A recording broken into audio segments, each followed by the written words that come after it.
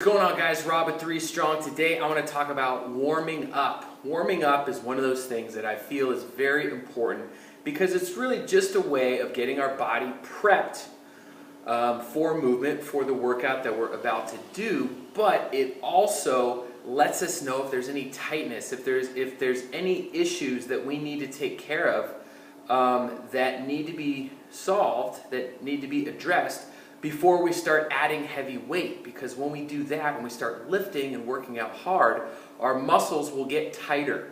Now's the time we need to loosen everything up before we get it tight in that workout. And depending on how your day has been at work, how you slept the night before, what kind of stress you have, you could have a lot of these little issues that aren't going to be alleviated from a very strenuous workout. So taking care of that sooner is better.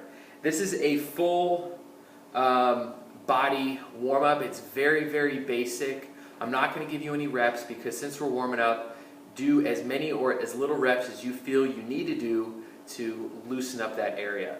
This is my top-down mobility. That's what I call it, top-down mobility, because you're going to start with the neck and you're going to work all the way down the sections of the body until you get to the ankles. This is a very simple thing. This is something that you can do, a couple of these moves if you want, if you're on a car ride, if you've been on a plane for a long time, if you've been sitting at your desk for a long time, and of course, obviously, before you do your workout in the gym or at home or wherever you do it. So this is just something that's going to keep the body nice and loose, and so you're not tight. Heck, even on your rest day, this could be something you do on your rest day or a routine you do as you're watching TV.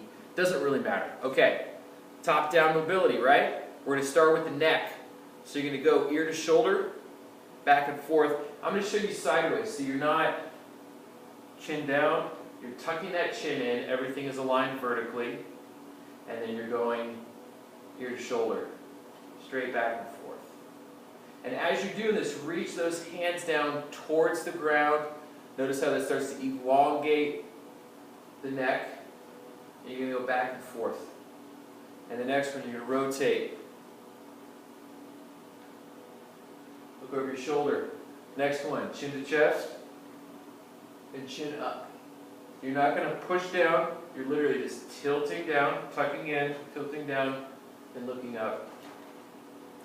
So side to side, rotate back and forth, chin to chest, and then looking up so we get all different directions for the head. Next one, arms are going to be laxed at your sides. Shoulder blades are going to do forward circles.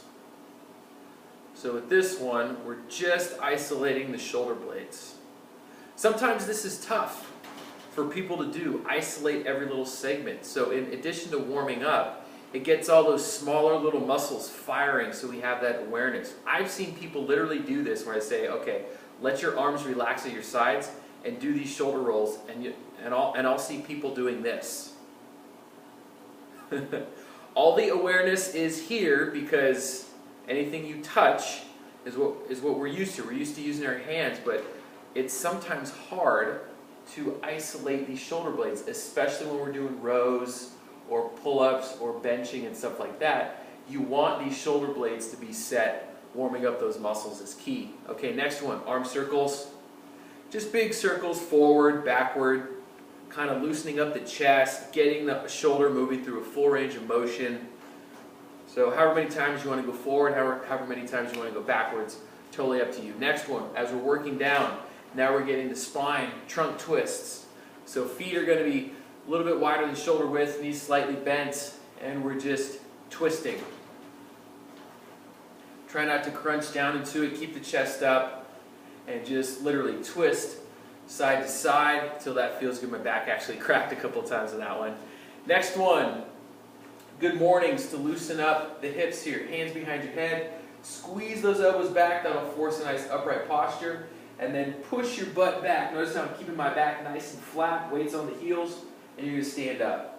Down and up. Push the butt back and drive up. This one's really nice to feel any tightness and stretch out those hamstrings. Next one, basic squats, shoulder width apart, reaching those arms forward, getting down as low as you can while maintaining that upright posture, and then driving back up.